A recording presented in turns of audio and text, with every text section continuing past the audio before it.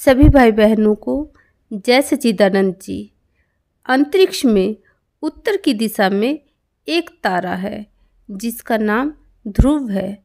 इस तारे का नाम उसी ध्रुव पर रखा गया है जो भगवान विष्णु का परम भक्त था। आओ जानते हैं ध्रुव की कथा के बारे में। राजा उत्तानपाद की दो रानियां थीं, सुनीति और सुरुचि। सुनीति बड़ी रानी थी, लेकिन राजा सुनीति के बजाय सुरुचि और उसके पुत्र को ज़्यादा प्रेम करता था।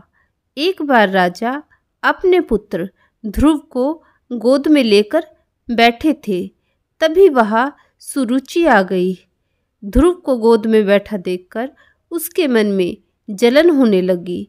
तब उसने ध्रुव को गोद में से उतारकर अपने पुत्र को गोद में बैठाते हुए कहा, राजा की गोद में वही बालक बैठ सकता है और राज सिंहासन का भी अधिकारी हो सकता है जो मेरे गर्भ से जन्मा हो। तू मेरे गर्भ से नहीं जन्मा है। यदि तेरी इच्छा राज सिंहासन प्राप्त करने की है तो भगवान नारायण का भजन कर। उनकी कृपा से जब तू मेरे गर्भ से उत्पन्न होगा तभी सिंहासन प्राप्त कर पाएगा। 5 साल का अबोध बालक ध्रुव सहम कर रोते हुए अपनी माँ सुनीति के पास गया और उसने अपनी माँ से उसके साथ हुए व्यवहार के बारे में कहा। माँ ने कहा, बेटा ध्रुव, तेरी सौतेली माँ से तेरे पिताजी अधिक प्रेम करते हैं, इसी कारण वे हम दोनों से दूर हो गए हैं। अब हमारा सहारा तो जगतपति नारायण ही है। नारायण के अतिरिक्त अब हमारे दुख को दूर करने वाला कोई दूसरा नहीं बचा। 5 साल के बालक के मन पर दोनों ही माँ के व्यवहार का बहुत गहरा असर हुआ और वह एक दिन घर छोड़कर चला गया। रास्ते में उसे नारद जी मिले। नारद मुनि ने उससे कहा, बेटा तुम घर जाओ, तुम्हारे माता पिता तुम्हारी चिंता करते होंगे। लेकिन ध्रुव नहीं माना और कहा कि मैं नारायण की भक्ति करने जा रहा हूँ। तब नारद मुनि ने उसे ओम नमो भगवते वासुदेवाय मंत्र की दीक्षा दी। वह बालक यमुना नदी के तट पर मधुवन में इस मंत्र का जाप करने लगा। फिर नारद उसके पिता उत्तानपाद के पास गए तो उत्तानपाद ने कहा कि मैंने एक स्त्री के वश में आकर अपने बालक को घर छोड़कर जाने दिया, मुझे इसका पछतावा है। फिर नारद जी ने कहा कि अब आप उस बालक की चिंता न करें, उसका रखवाला तो अब भगवान ही है। भविष्य में उसकी कीर्ति चारों ओर फैलेगी। ध्रुव ने पहले महीने में कैथ और बेर, दूसरे महीने में सूखे पत्ते, तीसरे महीने में जल और चौथे महीने में केवल वायु ग्रहण करके तपस्या की।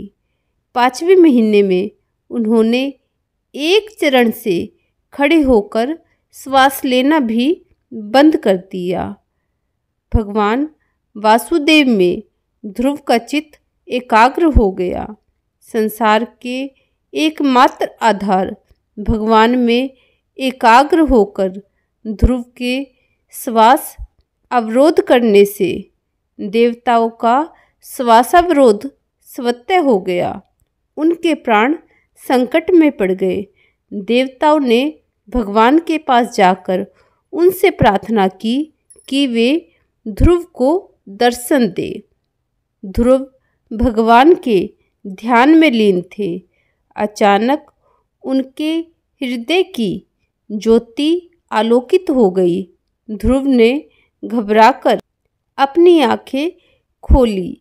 सामने शंख, चक्र, गदा लिए भगवान स्वयं खड़े थे। बालक ने हाथ जोड़कर स्तुति करनी चाही, किंतु वाणी ने साथ नहीं दिया। तभी भगवान ने उनके कपोलों से अपने शंख का स्पर्श करा दिया। बालक ध्रुव के मानस में सरस्वती जागृत हो गई। उन्होंने हाथ जोड़कर भगवान की भावभीनी स्तुति की। भगवान ने ध्रुव से कहा, कुछ मांग मांग बेटा, तुझे क्या चाहिए? मैं तेरी तपस्या से प्रसन्न हूँ। तुझे जो चाहिए वह मांग लो। ध्रुव ने भगवान को प्रणाम करके कहा, हे भगवान, मुझे दूसरा कुछ भी नहीं चाहिए, मुझे अपनी दृढ़ भक्ति दो। भगवान और भी अधिक प्रसन्न हो गए और बोले, तथास्तु। मेरी भक्ति के साथ साथ तुझे एक वरदान और भी देता हूँ कि आकाश में एक तारा ध्रुव तारा के नाम से जाना जाएगा और दुनिया दृढ़ निश्चय के लिए तुझे सदा याद करेगी। आज भी आकाश में हमें यह तारा देखने को मिलता है।